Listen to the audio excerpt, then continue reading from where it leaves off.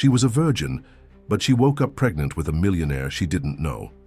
Now he wants the children she's carrying and won't take no for an answer. If this story interests you, don't forget to subscribe to our channel and tell us from which city you're watching us by following. Aurora Salin never imagined that her quiet life would turn into a narrative that would challenge everything she believed about herself. At 28 years old, she lived in a colonial house inherited from her grandmother, where she gave private piano lessons to children in the historic city. Her mornings always started the same: black coffee served in a blue porcelain cup, sheet music organized on the reclaimed wood table, and the sound of the waves crashing on the colonial pier that was just a few meters from her window. It was a routine that calmed her, that gave her a sense of control over a life that she had chosen to live down to the smallest detail. She had chosen a life of simplicity and conscious seclusion. Not for lack of opportunity or beauty, Aurora had a natural elegance that made tourists turn when she walked the cobblestone streets, her wavy black hair swaying gently, her deep brown eyes reflecting the golden light that always bathed the Po. City in the late afternoon, but out of a deliberate decision to protect herself from everything she considered dangerous in the world. Her mother, Violetta, had disappeared when she was 12, leaving behind only a few handwritten sheets of music with mysterious notes in the margins and a cryptic letter that spoke of starting over somewhere else where the past cannot reach us. Raised by her grandmother Maria dos Santos, a strict woman who attended church every day and believed that suffering was a form of purification, Aurora had learned early on that love was dangerous, that men brought only pain, abandonment, and destruction to the women who dared to trust them. That's why at 28 she remained a virgin, not out of modesty, naivety, or lack of opportunities, but out of a deliberate and conscious choice of self-preservation. She had dated briefly during her music college in Rio de Janeiro, kind, intelligent men who courted her with flowers and invitations to concerts, but she always maintained a safe distance, an invisible barrier that no one could completely cross. Her relationships invariably ended when men realized that she would never give herself completely, that there were parts of her soul that would forever remain inaccessible. But one sweltering summer night changed everything.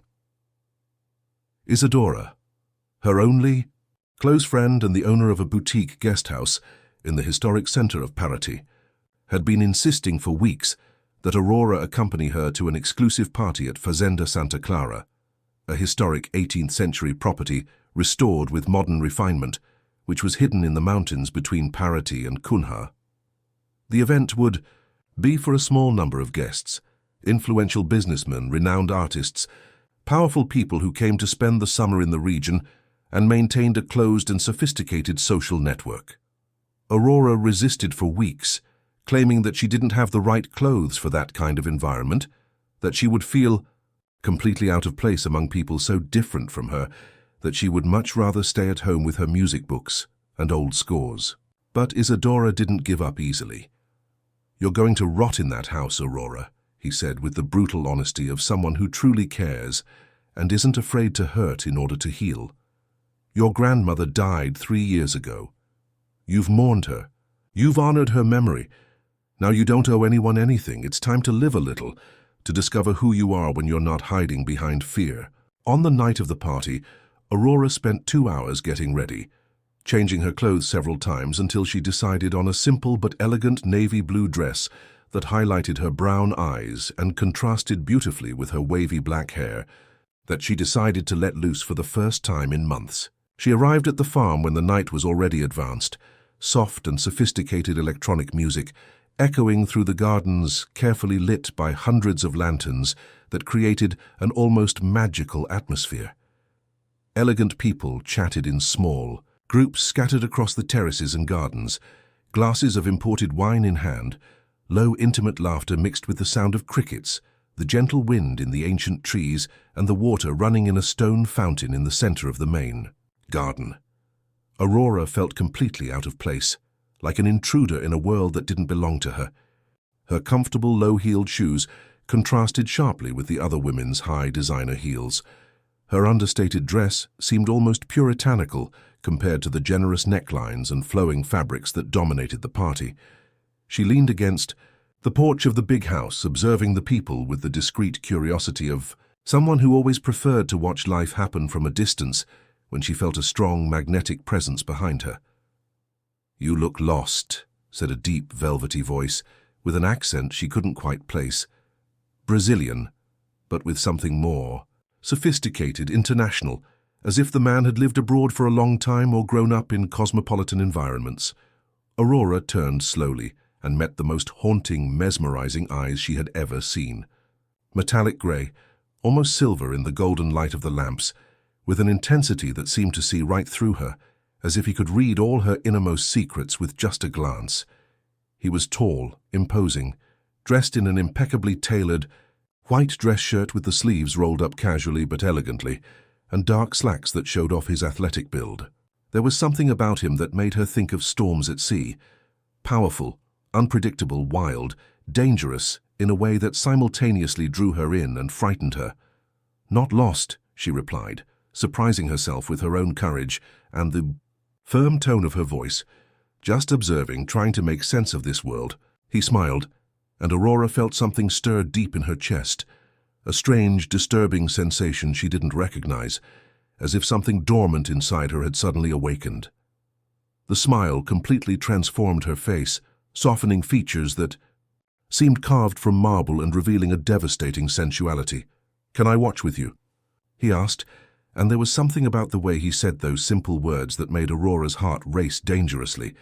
They didn't exchange names, as if they instinctively knew that names would create an intimacy too real, too dangerous for this moment suspended in time.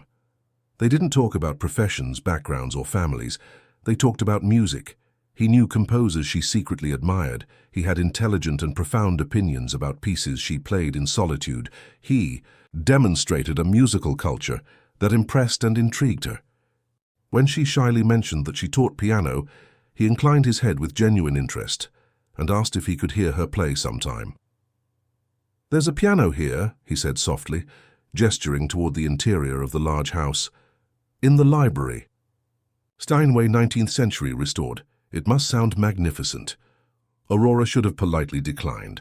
She should have made up some excuse and gone straight back to the safety of her home, to her predictable routine, to her carefully controlled life. But there was something in those grey eyes that completely mesmerized her, that dissolved all the defenses she had carefully built up over the years, that made her feel as if she were waking from a deep sleep and discovering that she was alive for the first time. The farmhouse library was a dreamlike space, with fine wood shelves that rose to the high ceiling, filled with antique leather-bound books. In the center of the room, like a precious jewel, stood the Steinway piano he had mentioned. Aurora approached it reverently, her fingers gliding gently over the age-yellowed ivory keys. The sound was truly magnificent, rich and deep, as he had promised. "What would you like to hear?" he asked, his voice sounding more intimate in the silence of the library, with only the distant noise of the party coming through the open windows. "Play whatever comes from your heart," he replied, sitting in a leather chair next to the piano. His grey eyes fixed on her with an intensity that made her feel as if she were being slowly undressed layer by layer. Aurora began with Chopin, a melancholy ballad that she always played when she felt lost. Her hands moved elegantly over the keys, and she lost herself in the music as she always did, forgetting where she was, who was watching her, all her fears and insecurities. It was just her and the music, a perfect communion that soothed and freed her simultaneously. When he finished, the silence that followed was charged with an electric tension she had never experienced before. He had risen from his chair and was now standing next to the piano, very close to her, so close that she could feel the heat emanating from his body, the masculine, sophisticated perfume he wore, something that reminded her of wood, amber, and spices. "Extraordinary," he murmured, and there was something in the way he said the word that made Aurora feel as if he wasn't just talking about her music. "You play as if you're talking to the dead, as if you can bring beauty back into the world through your fingers." She looked up and met his grey eyes, closer than she had ever allowed any man to come. She should have stepped away, should have created distance, should have remembered all the lessons her grandmother had taught her about dangerous men and the women who lost themselves to them. But there was something hypnotic about the moment, as if she were under a spell. "May I?" he asked softly, and before she could fully understand what he was asking, he was sitting beside her on the piano bench, his long, elegant fingers poised over the keys.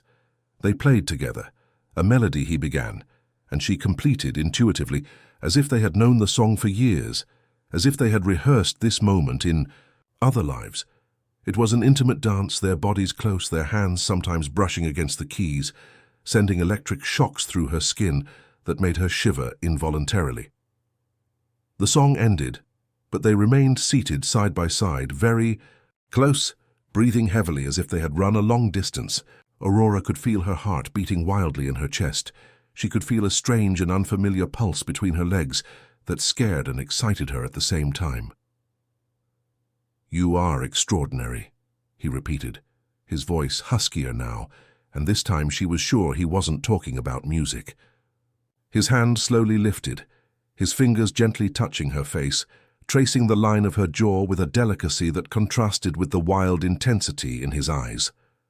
Aurora should have walked away, should have said no, should have remembered all her promises, all her fears, all the reasons she had chosen to live a safe and controlled life. But when he tilted his face toward hers, when his lips came close to hers, she felt as if she were being hypnotized, as if she no longer had control over her own actions. The kiss was unlike anything she had ever imagined a kiss could be. Gentle at first, almost reverent, as if he were touching something sacred. But then it deepened, becoming more urgent, more desperate, and Aurora felt herself melting completely, all her defenses crumbling like sandcastles before a rising tide. Her hands tangled in his hair, pulling him closer, and she heard a low guttural sound escape his throat that made her feel a power she had never experienced before, the power to arouse desire in a man, to be desired with an intensity that bordered on adoration. They kissed with a hunger that seemed to come from previous lives, as if they had waited for this moment for centuries. His hands explored her back, the curve of her waist, always with a reverence that made her feel like a goddess being worshipped in an ancient temple. When they finally pulled apart, they were both breathing heavily, looking at each other with a mixture of desire, amazement, and something that felt dangerously like recognition, as if they had known each other for a long time. Aurora felt completely lost, as if she had just woken up from a deep dream and discovered she was in a foreign country. "I should go," she whispered, but she made no move to get up from the piano bench. Her legs felt like they had lost all strength, and a primitive part of her brain didn't want this moment to ever end. "I should," he agreed, but his voice held a note of reluctance that mirrored exactly what she was feeling. "But I don't want you to go." There was a brutal honesty in those words that touched her deeply. He wasn't trying to seduce her with false promises or pretty words. He was being completely transparent about what he felt, about what he wanted, and that was both terrifying and liberating. The party continued outside, but inside the library the world had shrunk to just the two of them, to the sound of their entwined breathing, to his perfume mixed with the smell of old books and polished wood. Aurora looked around and noticed details she hadn't seen before. A marble fireplace with still warm ashes, suggesting someone had recently built a fire there. Old photographs on the walls showing the farm in different eras. An open bottle of wine on a side table with two glasses that someone had prepared in advance, as if they had known they would be there. "Did you know I was coming here?" he asked, a strange suspicion forming in his mind. He smiled, and there was something mysterious about that smile that made her feel as if she were looking at a complex puzzle of which she had only a few pieces. "I've been waiting for you to come. From the moment I saw you on the porch, I knew I had to hear you play." "But how did you know I played the piano?" "The way you moved your hands when you talked about music, the way your eyes lit up when I mentioned Chopin. Some things can't be hidden no matter how hard we try." Aurora felt a shiver run down her spine. There was something about him that disturbed her deeply, not in a negative way, but in a way that challenged everything she thought she knew about herself. It was as if he could see parts of her that she hadn't, as if he had a map of her soul that she had never seen before. "Who are you?" he asked, realizing they still didn't even know each other's names despite the devastating intimacy they had shared. "Someone who's been waiting for you," he replied, and there was a sincerity in his voice that made her believe it wasn't just a catchphrase. "Someone who recognized something in you the moment our eyes met." The answer was both everything and nothing, revealing and mysterious. Aurora felt as if she were on the edge of a precipice, that the next step could change her life forever in ways she could not even imagine. And for the first time in her 28 years of carefully controlled life, she felt no fear of the unknown. She felt a dangerous excitement, a curiosity that was stronger than all her defenses. What happened next would forever remain shrouded in a hazy golden haze in Aurora's memory. She remembered drinking wine, just a few glasses, but enough to melt her inhibitions away. She remembered walking together through the gardens of the farm, their hands clasped together, talking about music, about life, about dreams she had never shared with anyone. She remembered him talking about travels, about faraway places he had lived, about a constant feeling of not belonging anywhere until that night. She remembered returning to the library, where the fireplace had been lit by someone, perhaps a discreet farmhand, perhaps pure magic. She remembered lying on an antique Persian rug in front of the fire, their bodies entwined in a way that seemed natural, inevitable, as if they had been created to fit perfectly together. And then the memories became fragmented, like scenes from a movie watched through foggy glass, his clothes slowly disappearing with an almost religious reverence. Her hands exploring his skin, discovering defined muscles, small scars that told stories he hadn't shared with her. The way he touched her, as if he were memorizing every inch of her body, as if he wanted to record that moment for all eternity. She remembered the initial pain, brief but intense, which he had tried to soothe with infinitely tender kisses and caresses. She remembered how that pain had transformed into something completely different, a feeling of completeness that she had never experienced before, as if a part of her that had always been empty had finally been filled. She remembered crying, not from sadness or pain, but from an emotion so intense it could not be contained. She remembered him kissing away her tears, whispering words in a language she could not quite identify. Italian, perhaps, or Spanish, words that sounded like ancient prayers or promises. And then, emptiness. Aurora woke the next morning in a seaside cottage she didn't recognize, wearing a white silk nightgown that was definitely not hers. She was alone, and for a terrifying moment she thought it had all been an extraordinarily vivid dream. But her body told a different story, a new sensitivity, subtle marks on her skin that confirmed something monumental had happened. The chalet was luxurious but cozy, with large windows overlooking the Sea of Parity. On the coffee table, she found a note written in elegant calligraphy. "You slept soundly. I didn't want to wake you. Thank you for the most perfect night of my life. We will meet again." There was no signature, just a handwritten score, a melody she didn't recognize but which seemed to echo deep within her soul. Aurora returned home in a state of shock, teetering between ecstasy and panic. She had just done something she had sworn she would never do, give herself completely to a man whose name she did not even know. But she could not bring herself to regret it, no matter how hard she tried to summon her grandmother's voice, all the lessons in virtue and self-control she had learned over the years. In the weeks that followed, she tried to return to her normal routine. She gave her piano lessons, walked the cobblestone streets of Parati, visited the market, kept her life organized and predictable. But something had changed irreversibly inside her. She felt as if she had discovered a new color that had not existed before, a dimension of the human experience that transformed everything she saw, everything she felt. And then her body began to speak for her. First came morning sickness, a sudden nausea that woke her up in the middle of the night and sent her running to the bathroom. Then came the sensitivity in her breasts, a tenderness that made her shiver when the water from the shower touched her skin. Her senses became supernaturally heightened. She could smell things she hadn't noticed before. Colors seemed more vibrant, sounds clearer. It took her 3 weeks to gather enough courage to buy a pregnancy test at the pharmacy in the historic Calle Center, praying that Dona Carmen, the gossipy owner, wouldn't recognize her. She took the test at home alone, her hands shaking as she waited for the result she already knew in her heart. 2 little pink lines confirmed what her body had already told her: she was pregnant, and not with 1 baby, as she would later discover during the ultrasound, but with 2. Twins growing inside her as living proof of a night that had changed her life forever. The scandal soon spread through the small town like wildfire. Aurora. Salin, the virgin piano teacher, the upright girl who had never had a serious boyfriend, was pregnant with twins, and no one knew who the father was. Tongues began to wag in conversation circles, at church gatherings, in bank lines.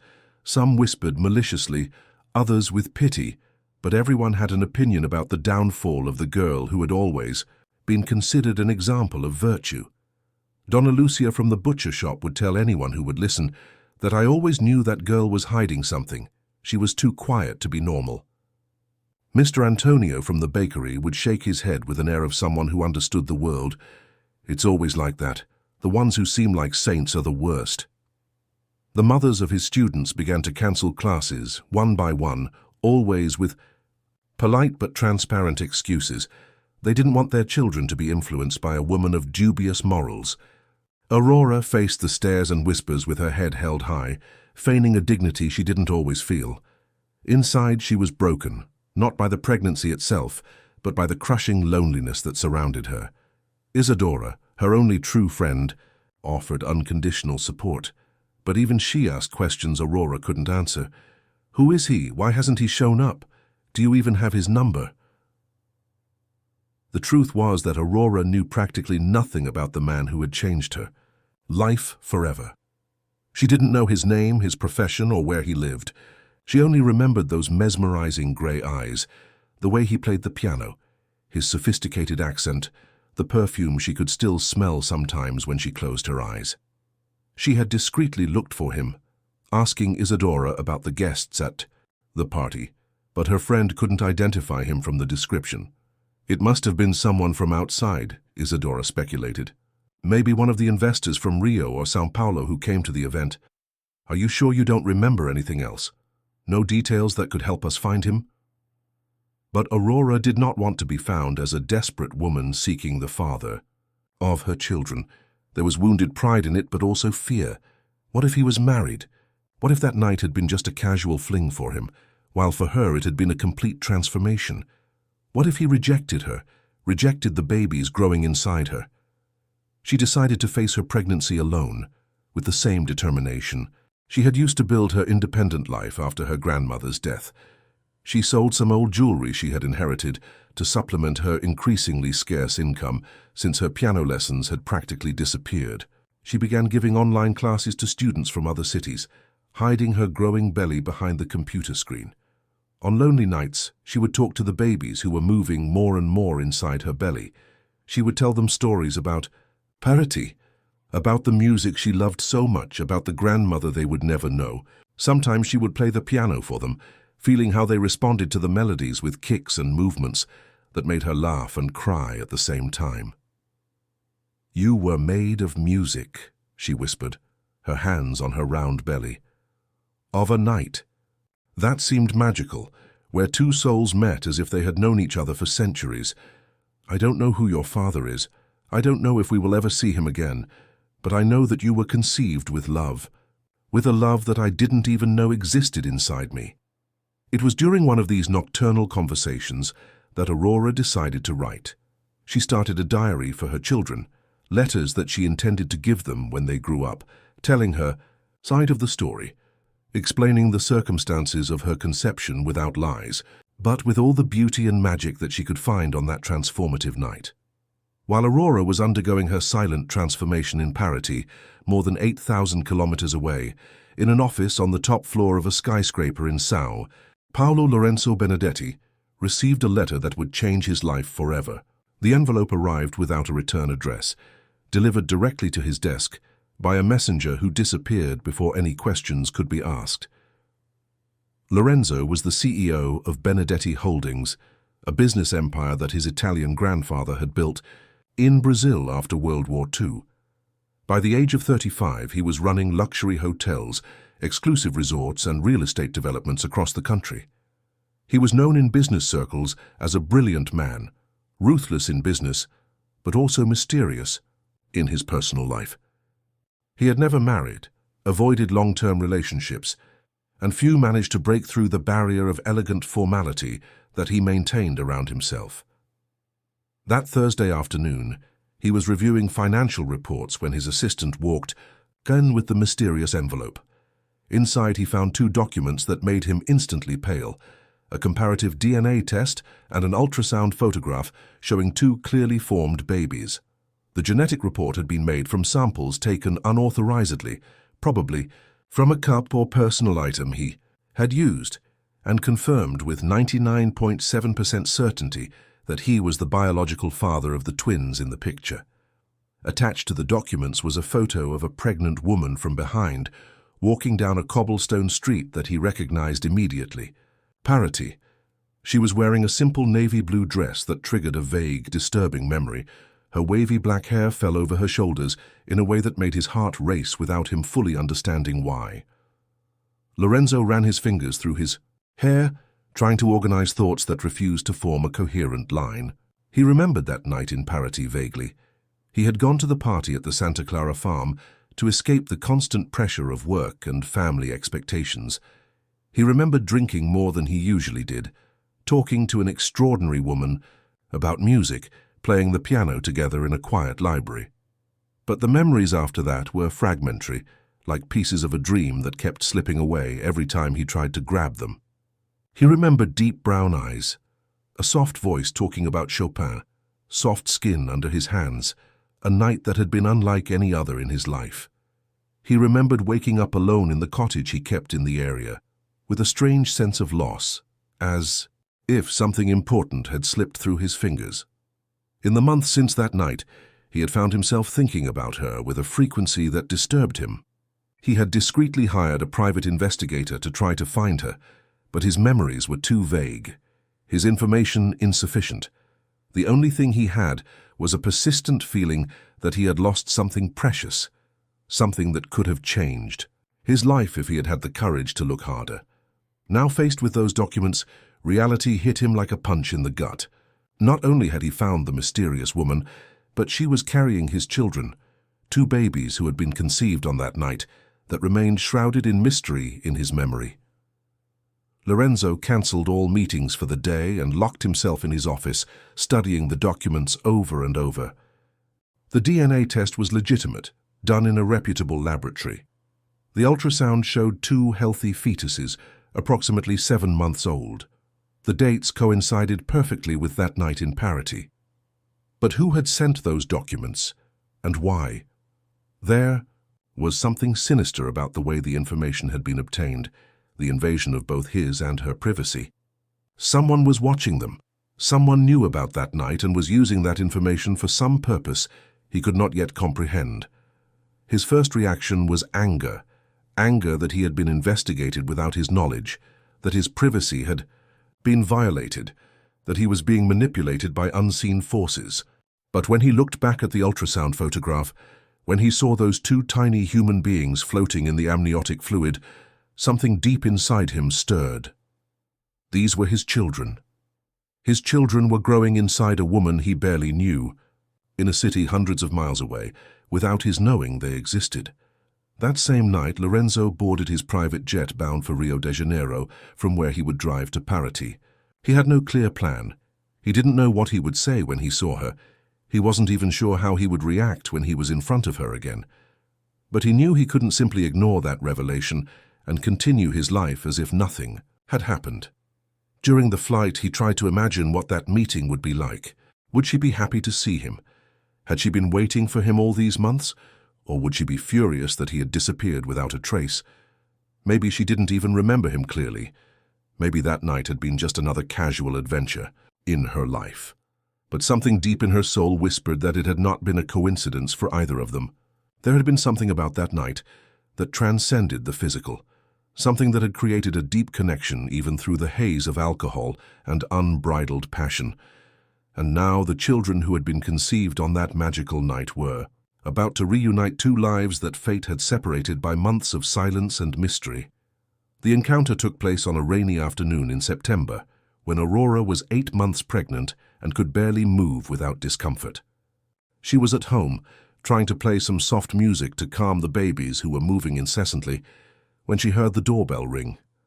She wasn't expecting anyone. Isadora had traveled to São Paulo to take care of matters at the inn, and she had no other frequent visitors since the scandal had spread throughout the city. She pushed open the heavy colonial wooden door and felt the world stop around her. There he was, the grey-eyed man who had haunted her dreams for months, dressed in a dark suit that was impeccable despite the rain, his slightly damp hair making him look even more devastatingly attractive than in her fragmented memories. "Hello, Aurora," he said, and his deep, velvety voice confirmed that everything had been real, that that night had not been a product of her overactive imagination. She held onto the door to keep from fainting, one hand instinctively going to the round belly that protruded beneath the simple dress she wore. "How did you know my name? How did you find me?" "Can I come in? We have a lot to talk about," he said, his gaze flicking briefly to her belly before returning to her eyes. There was something in his gaze that she couldn't quite decipher. Surprise, possessiveness, a dangerous intensity that reminded her why she had felt so attracted and yet so frightened that night, all those months ago. Aurora hesitated for a moment, but the rain was getting heavier and he was getting wet on the porch. She stepped away from the door, allowing him to enter. The small space of her living room seemed to shrink even more with his imposing presence. He looked around, noticing the wall piano where she had grown up practicing, the shelves filled with sheet music, the simple but careful details of a life, built with little money but a lot of love. "My name is Lorenzo Benedetti," he said, finally offering the information she had been wanting to know for months. "And I believe these are my children," he added, looking directly at her belly. The blunt statement made Aurora sit down heavily on the antique sofa that had belonged to her grandmother. "How can you be sure? You didn't even remember me." "I remember more than you know," he said, sitting in the chair across from her, keeping a respectful distance but keeping those mesmerizing eyes fixed on her. "I remember you playing Chopin as if you were praying. I remember how your skin was soft as silk. I remember how you cried when we became one." Aurora felt her face heat up, memories she had tried to keep buried coming back to the surface with full force. "That doesn't prove anything. You could be making it up." Lorenzo took an envelope from his inside jacket pocket. "I received this a week ago. DNA test done on samples taken without my knowledge. The babies are mine, Aurora, there's no doubt about it." She picked up the documents with shaking hands, reading the results that confirmed what a part of her heart already knew. "How did someone do this? Who sent it?" "I don't know, but I intend to find out. Someone watched us that night, someone knew about the pregnancy, someone wants us to meet again. The question is, why?" Aurora felt a chill that had nothing to do with the rain outside. The idea that someone had orchestrated this encounter, that her privacy had been violated in such an intimate way, was disturbing. "What do you want from me? Money? Do you think I'm going to try to extort it?" "I want my children," he said with a brutal honesty that left her breathless. "I want them to have the best I can give them, education, medical care, opportunities that you can never give them on your own." The casual cruelty of the words hit Aurora like a slap in the face. "And you think money is all that matters? You think you can just show up here after months and rip my children away from me because you have more money?" "Our kids," he corrected, leaning forward. "And no, I don't think money is everything. But I do think they deserve to have a father. They deserve stability. They deserve to not grow up being branded as bastards in a small town where everyone knows the story of how they were conceived." The words stung, because they held a truth Aurora didn't want to admit. Ever since her pregnancy had become public, she had felt the weight of constant judgment, had seen how people looked at her with a mixture of pity and moral disapproval. Her children would grow up carrying that stigma, and she knew her ability to protect them was limited. "Do you want to take them to São Paulo?" he asked, trying to keep his voice steady despite the terror he felt just imagining the possibility. "I want the three of you to come with me," he said, and there was something in the way he said the words that made her heart race dangerously. "You need proper medical care for a twin pregnancy. There could be complications, risks you can't even imagine. In São Paulo, you would have access to the best doctors, the best hospitals. What happens to me after the babies are born?" Lorenzo was silent for a long moment, studying her face with an intensity that made her feel as if he were trying to read her soul. "We'll talk about the future later, but first, we need to make sure the three of you are safe and healthy." Aurora closed her eyes, trying to think clearly despite his overwhelming presence, despite the memories his proximity stirred, despite the fear and hope that warred within her chest. When she opened them again, she found those grey eyes still fixed on her, waiting for her answer with a patience that contrasted with the tension visible in his shoulders. "I need time to think," he said finally. "Time is something I don't have much of," he replied, standing up. "But I'll give you 3 days. After that, with or without your consent, I'll make sure my children get everything they deserve." The veiled threat in Lorenzo's words echoed in Aurora's mind for the next 3 days. She knew he had the resources to make her life hell if he wanted, that he could use expensive lawyers to try to take the children away from her as soon as they were born. But there was something more to his words, something that suggested he wasn't just interested in the babies. There was a possessiveness in the way he looked at her, as if she, too, was part of what he considered rightfully his. On the morning of the 3rd day, Aurora woke up with irregular contractions that frightened her. She was only at the beginning of her 8th month, and it was still too early for babies to be born. She called Dr. Henrique, the local obstetrician who was treating her. But he was in emergency surgery in Angra dos Reis and would not be able to see her until late afternoon. The contractions intensified throughout the day, and when Isadora returned from São Paulo and found her pale and sweating on the living room sofa, she didn't hesitate to call Lorenzo. She had gotten his number through mutual contacts in the business world. The name Benedetti opened doors and set tongues wagging. "Quickly. He said he'll come right away," Isadora said, hanging up the phone. "He'll bring a private doctor, a full team. Aurora, you need to accept his help. This is no time for pride." 40 minutes later, a private ambulance equipped with a mobile intensive care unit pulled up in front of Aurora's colonial house. Lorenzo got out of the vehicle accompanied by an obstetrician and 2 paramedics, all in impeccable uniforms that contrasted sharply with the simplicity of the cobblestone street. "How are you feeling?" he asked, kneeling down beside the couch where Aurora lay, his tense face showing a genuine concern that surprised her. "The contractions are stronger," she admitted, allowing the doctor to do the initial examination. "But it's not time yet. It's too early."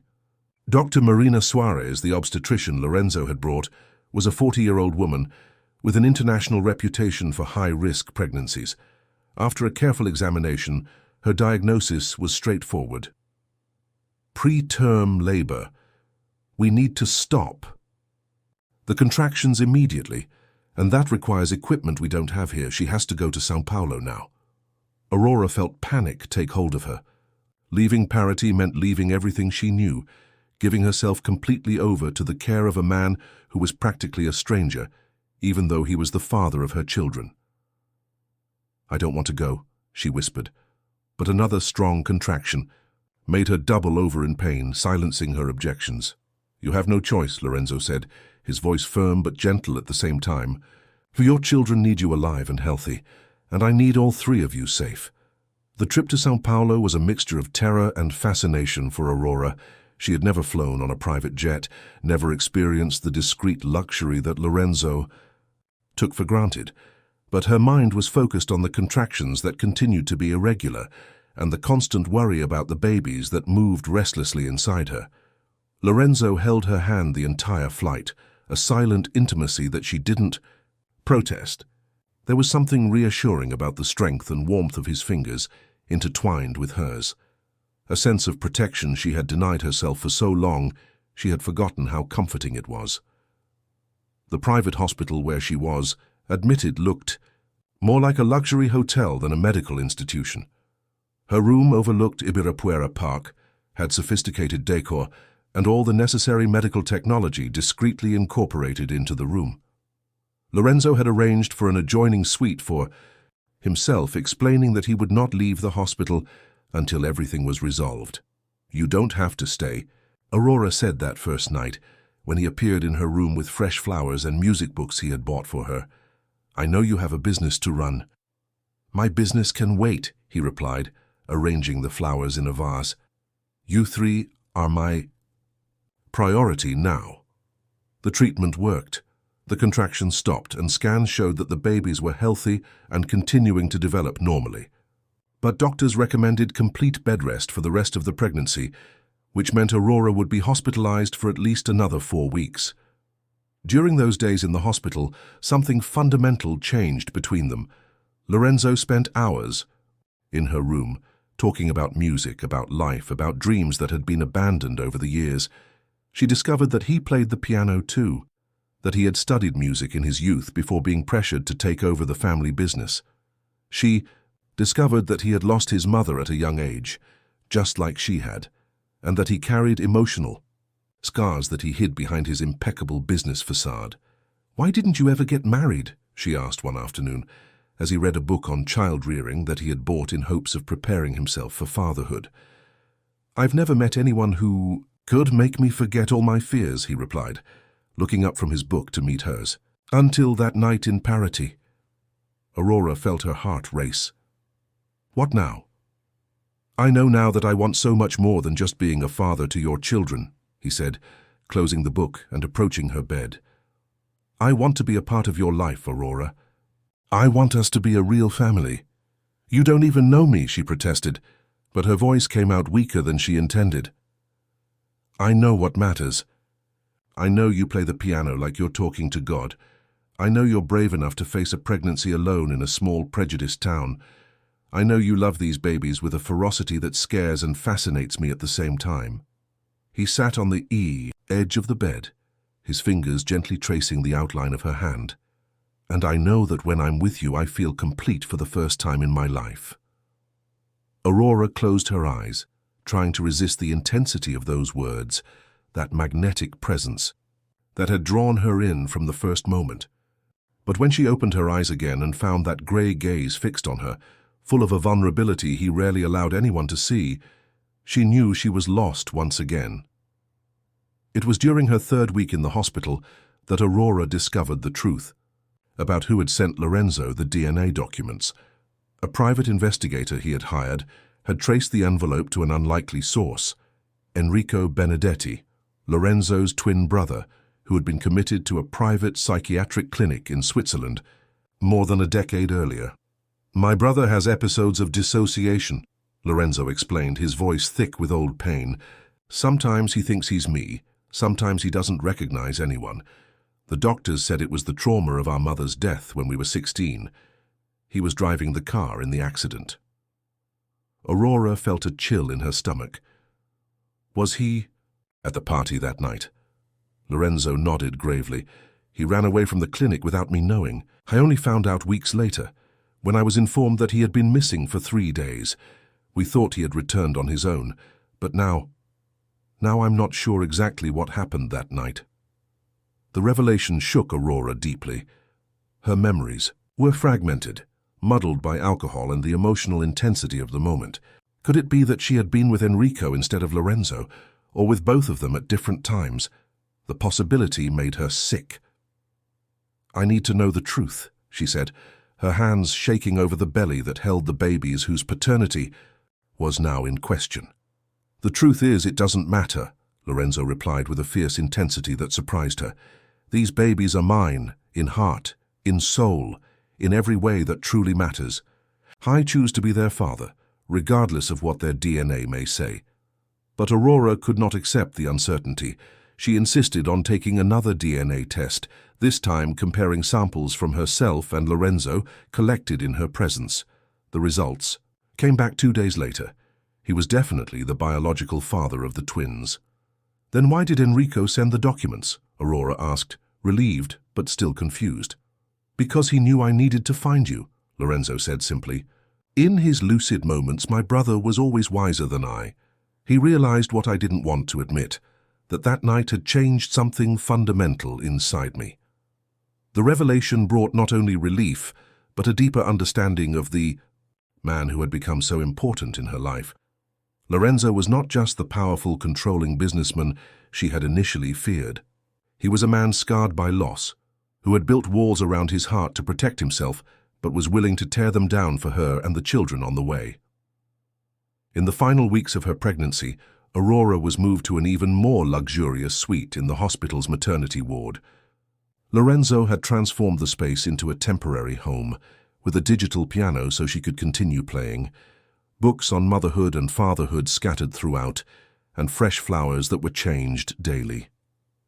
They spent hours talking about how they wanted to raise their children, about the values they held dear, about the kind of family they dreamed of building. Aurora discovered that Lorenzo had surprisingly progressive views on child-rearing, that he wanted his children to grow up bilingual and with a strong connection to Brazilian culture, despite his Italian heritage.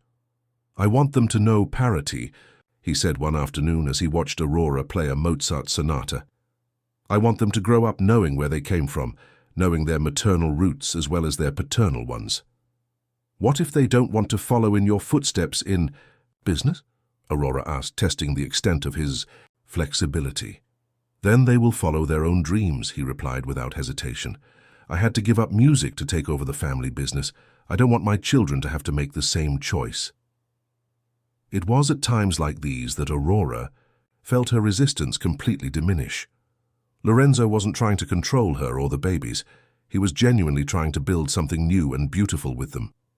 The marriage proposal came one October evening when Aurora was nearly 9, months along, and doctors were saying the babies could be born at any moment. Lorenzo appeared in her room with a ring that had belonged to her Italian grandmother, a simple but elegant vintage solitaire that looked like it had been made specifically for Aurora's delicate hand. "It's not about social conventions or appearances," he said, kneeling beside her bed. "It's about choice. I choose you, Aurora. I choose to be your husband, to be the father of our children, to build a life with you. The question is, will you choose me too?" Aurora looked at the man who had come into her life like a storm and completely transformed her. She thought about the woman she had been before that night in Parity, lonely, fearful, living a half-life for fear of getting hurt. She thought about the woman she had become, stronger, braver, willing to fight for her children and for the love she had discovered. "Yes," she said simply, holding out her hand to receive the ring that would seal not just a legal commitment, but a promise that two souls who had met by chance were deliberately choosing to remain together. The kiss that sealed their engagement was different from the ones they had shared that first night. It was deeper, more conscious, filled not only with passion but with true love and the promise of a future built together. When they separated, Aurora felt the first real contraction, strong and unmistakable. "I think they approved our decision," she said, smiling through the pain. "They're coming." Labor began in the early hours of the morning on a rainy Thursday in October. Aurora woke with regular, intense contractions that left no doubt that the time had come. Lorenzo, who had been sleeping in the adjacent suite since she had accepted his marriage proposal, was immediately awakened by the nurses and arrived in her room still in his pajamas, his hair disheveled, a look of barely concealed panic on his face. "How are you feeling?" he asked, holding her hand as a new contraction made her squeeze his fingers hard enough to leave marks. "Like two little football players trying to force their way through my body," she replied, trying to maintain a sense of humor despite the growing pain. "I think they inherited your impatience." The medical team, led by Dr. Marina, was already preparing for what promised to be a challenging twin birth.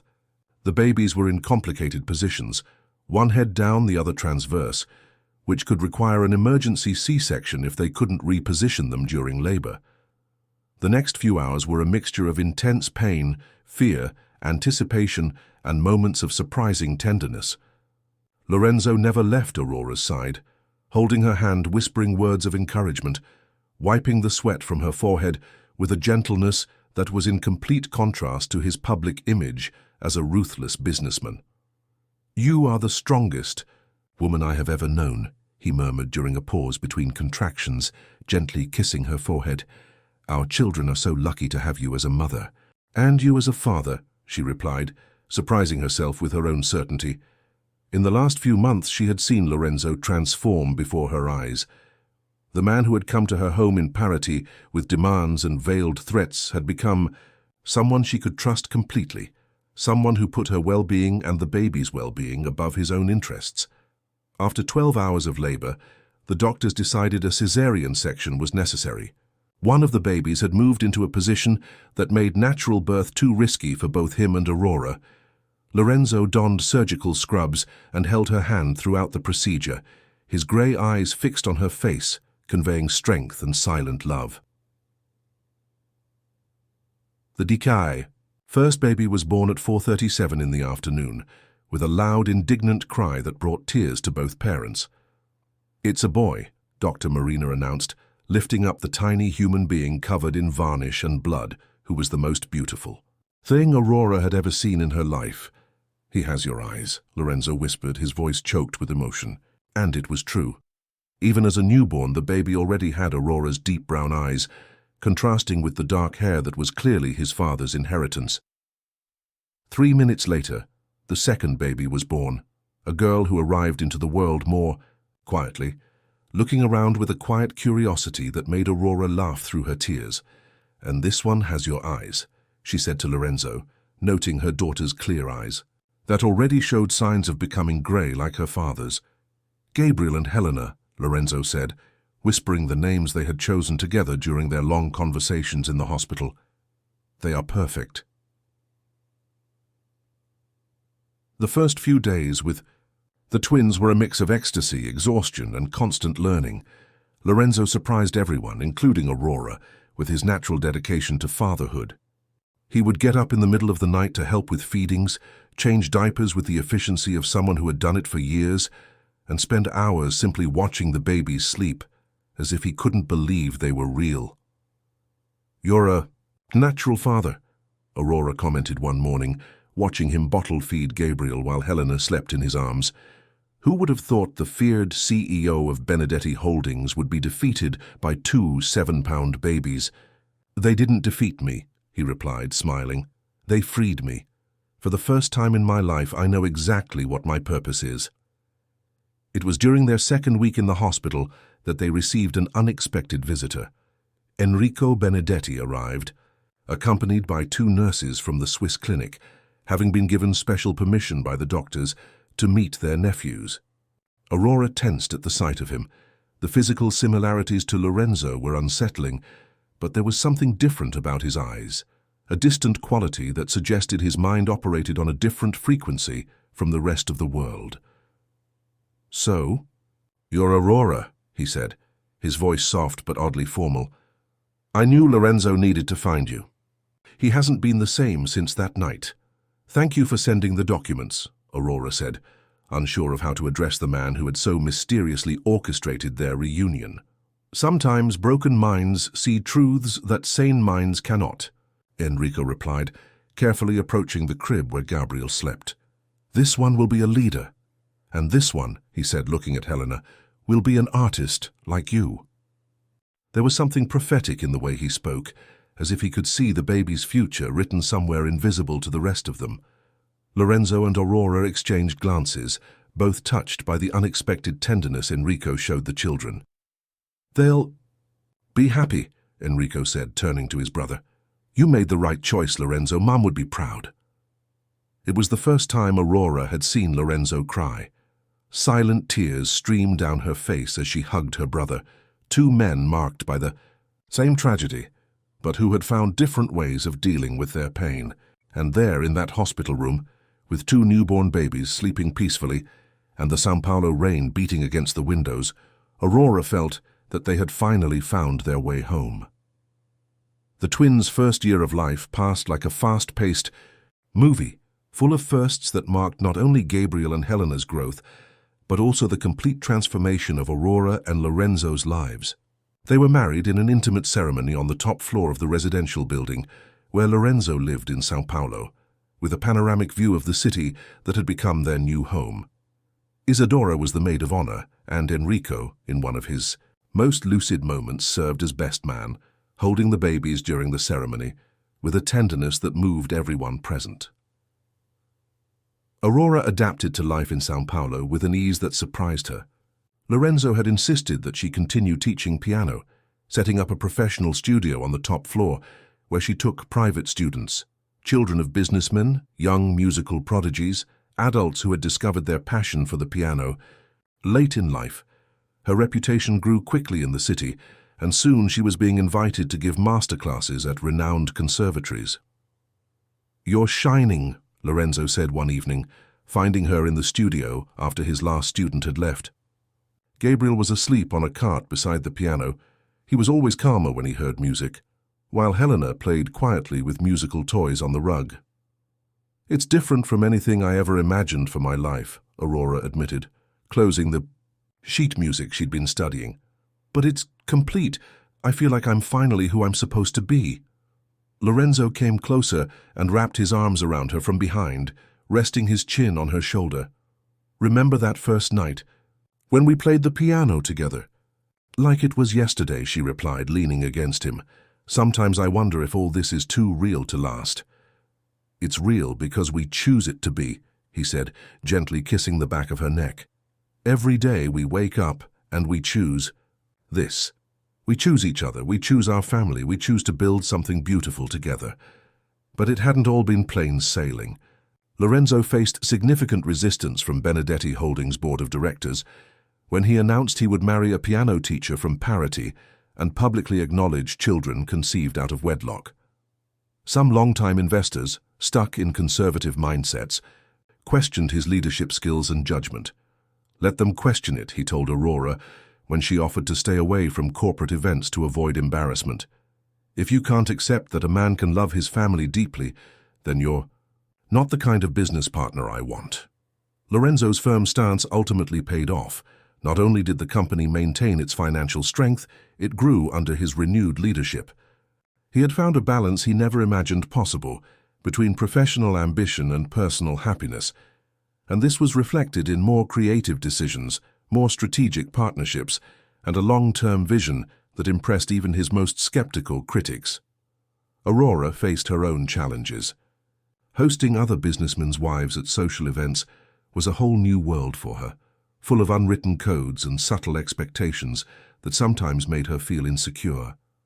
But Lorenzo was always there for her, introducing her with obvious pride, supporting her opinions in conversations, and making it clear to everyone that she was much more than just the CEO's wife. "You don't have to be like them," he said after a particularly tense dinner, where Aurora had felt judged by some of the older women in São Paulo society. "You bring something unique to these environments: authenticity, intelligence, true passion for something you love.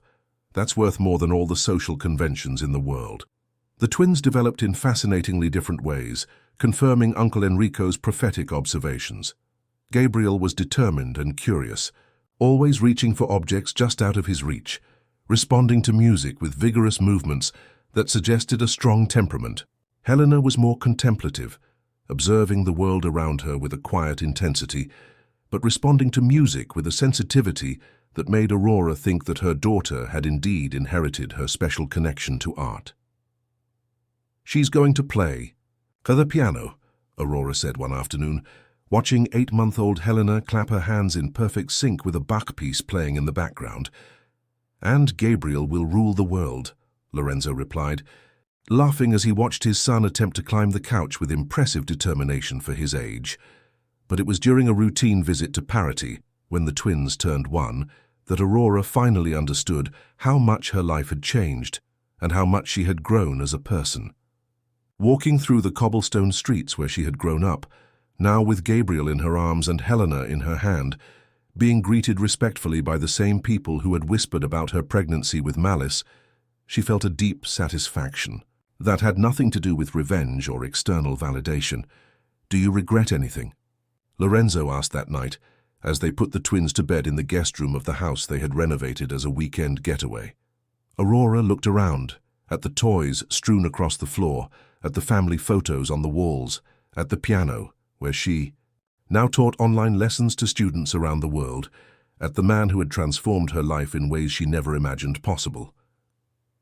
"No," she said, with an absolute certainty that surprised her. "Not for a single second. Every choice, every fear overcome, every moment of doubt, it's all led us here, and this is exactly where I want to be." Lorenzo smiled, that smile that still made her heart race after more than a year together, and she knew they had built something rare and precious, a love that had been born out of chance, grown through challenges, and solidified through conscious daily choices to stay together, no matter what difficulties the world might throw at them. 3 years after the twins were born, Aurora was on stage at the Teatro Municipal in São Paulo, performing a Rachmaninoff concerto with the Brazilian Symphony Orchestra. In the audience, Lorenzo held Gabriel and Helena, now 4, and whispered how their mother was making magical music on stage. Gabriel, true to his restless nature, fidgeted constantly, but Helena remained mesmerized, her grey eyes fixed on her mother, absorbing every note as if she were committing it to memory. It was a moment that perfectly symbolized the extraordinary journey they had traveled together. Aurora was no longer the shy, reclusive woman from Parity, nor was Lorenzo the cold, controlling businessman who had knocked on her door that rainy afternoon. They had transformed each other, creating more complete and courageous versions of themselves through love and true partnership. After the concert, which received a prolonged standing ovation, Aurora met her family backstage. Gabriel ran into her arms shouting, "Mommy was the most beautiful," while Helena looked at her in silent admiration before whispering, "I want to play like you when I grow up." "And you'll play even better," Aurora replied, kissing her daughter's forehead, "because you'll have something I didn't have at your age, a family that will support your dreams from the beginning." Lorenzo approached, handing her a bouquet of white orchids, the same flowers he had brought to her hospital room that first night. They had spent hours talking about music and life. "I'm proud of you," he said, his words thick, with an emotion that still made her feel butterflies in her stomach after all these years. "I'm proud of us," she replied, including her children in the group hug that had become their trademark as a family. Later that night, after the children were asleep, and they had retreated to the rooftop balcony with a bottle of wine and the starry sky of São Paulo above them, Aurora reflected on how strange and wonderful it was, how life could change completely in a single night. "Sometimes I think about the woman I was before I met you," she said, snuggling into Lorenzo's arms. "I was so small, so limited by my own fears. I thought I was protecting myself, but in reality, I was holding myself back. And I thought control was the same thing as strength," he replied, stroking her hair. "I thought if I kept everyone and everything at bay, I would never be hurt again. But I've discovered that true strength lies in allowing yourself to be vulnerable with the right person." They sat in silence for a moment, watching the lights of the city stretch endlessly before them. It was a view that Aurora had grown to love as much as the Sea of Parity, different but equally beautiful in its vastness and possibilities. "Do you believe in destiny?" she asked. "I believe in choices," Lorenzo replied. "I believe the universe can put us on each other's path, but it's up to us to choose to walk it together. And every day for 3 years, I've chosen you. I've chosen our family. I've chosen this love, even when it was hard, even when it was scary." "And you're going to keep choosing?" Aurora asked, turning to look him in the eye. "Forever," he replied, sealing the promise with a kiss that still carried all the passion of that first night, but now tempered with the depth of a mature, time-tested love. In the children's room, Gabriel and Helena slept peacefully, unaware of the extraordinary journey that had led to their existence. Gabriel held a small toy truck, already showing signs that he would be a natural leader like his father. Helena hugged a teddy bear, a toy piano beside her bed, suggesting that Uncle Enrico's predictions about her artistic future were coming true. In the drawer of the master bedroom, kept like a treasure, was the diary that Aurora had started to write for her children during her pregnancy. Pages and pages telling the story of how two strangers met on a magical night, how they faced seemingly insurmountable obstacles, how they built a love that overcame social differences, personal fears, and all of society's expectations. It was a story she intended to tell Gabriel and Helena when they were older, not as an impossible fairy tale, but as proof that true love exists, that it is worth fighting for, and that sometimes the best things in life come exactly when we least expect it. Because Aurora had learned that there is no perfect timing for love, there are no ideal conditions. For happiness, there is no sufficient preparation for the most important transformations in life. There is only the courage to say yes when your heart recognizes your other half, even if it is a gray-eyed stranger at a party where you shouldn't be. And while São Paulo slept below and her family rested around her, Aurora Benedetti closed her eyes and thanked the universe for that night in Parity that had changed everything, for having found not only the love of her life, but also the bravest and most complete version of herself, for having discovered that some encounters are so powerful that they rewrite our entire history, creating futures that we never dared to imagine possible. Their love had begun as a storm, evolved into a symphony, and settled into a home. And that was exactly how it was meant to be, intense, transformative, enduring, and filled with music that would echo for generations.